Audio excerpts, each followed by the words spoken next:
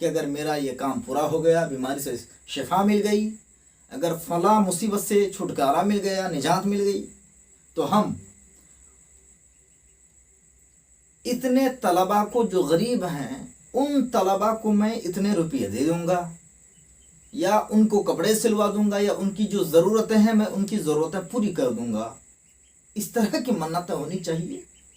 مگر کیا کہیے گا، ہم تو ہوئے سہل پسند۔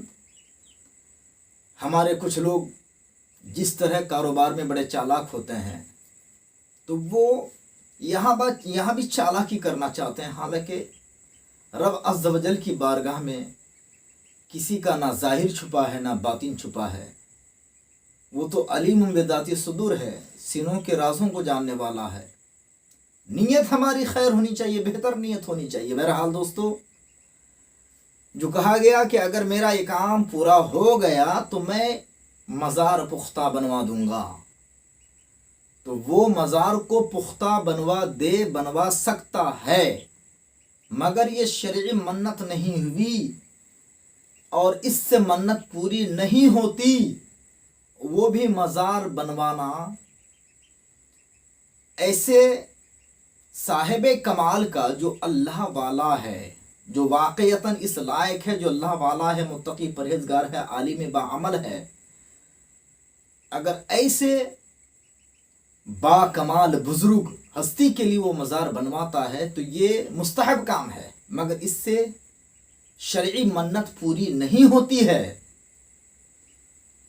محترم ناظرین، ذرا آپ سوچیں، دل میں ہاتھ رکھیں، ذرا ٹھنڈے دماغ سے سوچیں محترم، کہ ہمیں جو کام کرنا چاہیے اور ہمیں جن ضرورتوں کی تکمیل کرنی چاہیے، جو ضرورتیں پوری کرنی چاہیے، ہم ادھر متوجہ نہیں ہوتے ہیں۔ ہم یہ نہیں کریں کہ غلط ہے، اگر واقعتاً کوئی اللہ والا ہے، واقعتاً اگر کوئی عالم باعمل ہے، واقعتاً اگر کوئی حافظ باعمل ہے، حافظ بالقرآن ہے اور عامل بالقرآن ہے، تو آپ ان کے مزار کو، اوپری حصے کو پختہ بنوا سکتے ہیں، مگر اس کی ضرورت نہیں ہے۔ اس سے کوئی دینی اہم کام نہیں ہو جاتا، بلکہ اگر آپ ان رقوم سے، اپنے پیسوں سے اگر آپ کسی غریب کی ضرورت پوری کریں، کسی فقیر کی ضرورت پوری کریں، اگر کوئی بیچارہ علاج کے لیے پریشان ہے، روپیے پیسے کی قلت ہے، جس کی وجہ سے وہ علاج نہیں کروا پا رہا ہے، تو آپ اپنی رقم خاص سے اگر آپ ان کا علاج کراتے ہیں تو یہ بہترین منت ہے، مالی منت کی تکمیل ہے، مگر ہم ادھر توجہ نہیں دیتے ہیں۔ اس لیے پیارے ناظرین، ہمیں سوچنے کی ضرورت ہے، ہمیں غور و فکر کرنے کی ضرورت ہے۔ میں یہ عرض کر رہا تھا کہ شروع میں مسئلہ پوچھا گیا تھا کہ اگر مسجد میں اس طرح کی منتیں مانی تو اس کو پورا کرنا واجب نہیں ہے۔ ہاں، پورا کر دے تو زیادہ بہتر ہے۔ اگر کھانا کھلانے کی منت مانی ہے، نمازیوں کو میں کھانا کھلا دوں گا، میری منت پوری ہو گئی، میرے یہ کام پورا ہو گیا، تو پھر آپ پر واضح ہو جانا چاہیے ہم سب پر کہ اس طرح کی منت پوری کرنی ہم پر واجب نہیں ہے، کر دینا بہتر ہے۔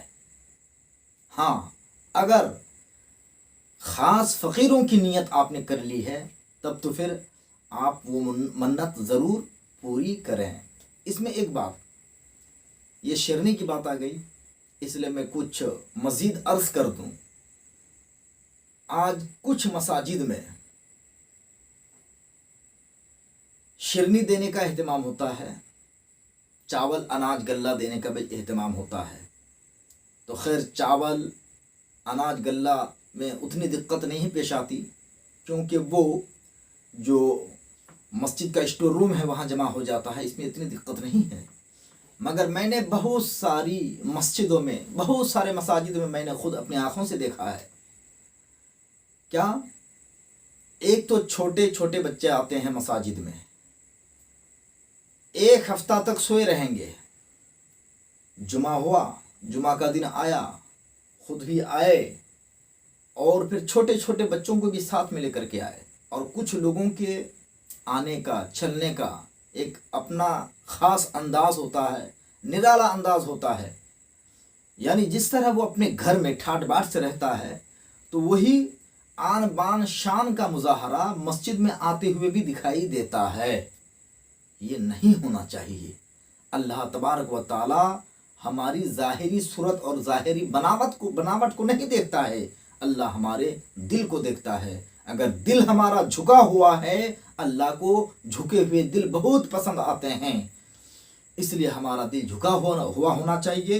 اور جب ہم مساجد میں آئیں تو بالکل عاجز و انکساری کا سراپا مجسم بن کر کے آئیں، اور اپنے آپ کو یوں پیش کریں کہ ہم کوئی چیز نہیں ہے، دنیا میں سب سے حقیر چیز اگر کوئی ہے تو وہ ہم ہیں۔ اس طرح کا مظاہرہ ہونا چاہیے۔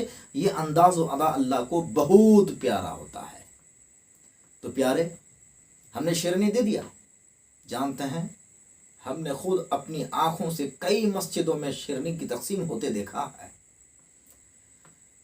کہ جب شیرنی لیتے ہیں تو لپک لپک کے لیتے ہیں، اور اگر وہ کھیر کی شکل میں ہے یا چھوٹے چھوٹے مٹھائی کے دانے کی شکل میں ہے تو دانے زمین پر گرتے ہیں، اور پھر جو چاول کی شیرنی بنتی ہے وہ بھی ہم نے زمین پر مسجد کے سینٹ پر گرتے دیکھا ہے، اور چھوٹے تو چھوٹے، بڑے بڑے بہت سارے لوگوں کو لپک لپک کے، اچھل اچھل کے، کود کود کے لیتے ہوئے دیکھا ہے۔ اور پھر یہیں تک بات ختم نہیں ہو جاتی، بلکہ مسجد کے اندر ایک شور، ایک ہنگامہ سا ہوتا ہے، چیخنے چلانے کی آواز آتی ہے۔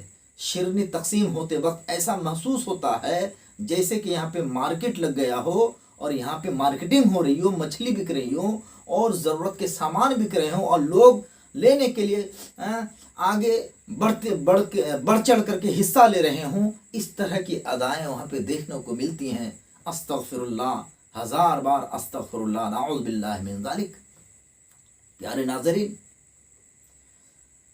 اگر بچہ اتنا چھوٹا ہے جسے سمجھ نہیں، اچھے برے کی تمیز نہیں، اور کبھی کبھی ان بچوں کے پیشاب کرنے کا بھی اندیشہ رہتا ہے، خطرہ رہتا ہے، تو ایسے بچوں کو لانا جائز نہیں ہے، کیونکہ اس سے مسجد کی بے حرمتی ہوتی ہے۔ بچہ شور و غل کرے گا، کبھی ہنسے گا اور کبھی روئے گا، کبھی کچھ کرے گا۔ اس طرح کے بچے جب مساجد میں لائے جاتے ہیں تو اس سے مسجدوں کی عزتیں، مسجد کی حرمتیں پامال ہوتی ہیں۔ اس لیے ایسے بچوں کا لانا قطعاً جائز نہیں ہے، ناجائز گناہ ہے، سخت گناہ ہے، سخت گناہ ہے۔ ہرگز آپ ان بچوں کو مسجدوں میں نہ لائیں۔ ہاں، اگر بچہ سمجھدار ہے، باتمیز ہے، باشعور ہے، اور اچھے برے کی تمیز ہے، شور نہیں کرے گا، چیخے گا، چلائے گا نہیں، تو ایسے بچوں کو لانا ہی چاہیے۔ لانے میں کوئی اعتراض و حرج کی بات نہیں ہے۔ لیکن پیارے ناظرین، کبھی کبھی ایسا ہوتا ہے کہ شیطان، جس کے بارے میں قرآن نے فرمایا ان الشیطان للانسان عدو مبین، بلا شبہ شیطان انسان کا کھلم کھلا دشمن ہے، انسان کا سب سے بڑا واضح دشمن، اور بالکل کھلے طور پر جو دشمن ہے وہ شیطان ہے۔ مگر اس دشمن سے کوئی بچنے کی کوشش نہیں کرتا ہے۔ ہمارا اگر دنیاوی کوئی انسان دشمن ہے، چاہے وہ دنیاوی اعتبار سے دشمن ہو، دین کے اعتبار سے دشمن ہو، تو ہم اس سے بچنے کی کوشش کرتے ہیں۔ مگر شیطان جو خطرناک اور سب سے زیادہ اذیت ناک دشمن ہے، اس سے ہم کبھی بھی بچنے کی کوشش نہیں کرتے ہیں۔ ان سے بچنا تو سب سے زیادہ ضروری ہے، ہم پر کمپلسری ہے۔ ہم کو شیطان سے بچنا نہایت ہی ضرور ہے۔ تو عزیزان گرامی، میں یہ عرض کر رہا تھا کہ شیطان اتنا بڑا دشمن ہے کہ نیکی کے بہانے گناہ کروا لیتا ہے۔ یہ بہت پوائنٹ کی بات بتا رہا ہوں میں، کہ وہ حسنات کو دکھا کر سیئات کرا لیتا ہے، نیکیاں دکھا کر کے بڑی بڑی بدیاں کرا لیتا ہے شیطان۔ یہ کس قدر خطرناک اور ناپاک دشمن ہے ہمارے لیے پیارے۔ شیطان نیکی کے بہانے گناہ کرا لیتا ہے، اور ہم اس نیکی کو، اس گناہ کو نیکی سمجھ کر کے کرتے چلے جا رہے ہیں۔ شیرنی دینا یقیناً اچھی بات تھی، اس میں فاتحہ پڑھا جائے گا، ایصال ثواب کیا جائے گا، بہت کچھ کیا جائے گا، اچھی بات ہے۔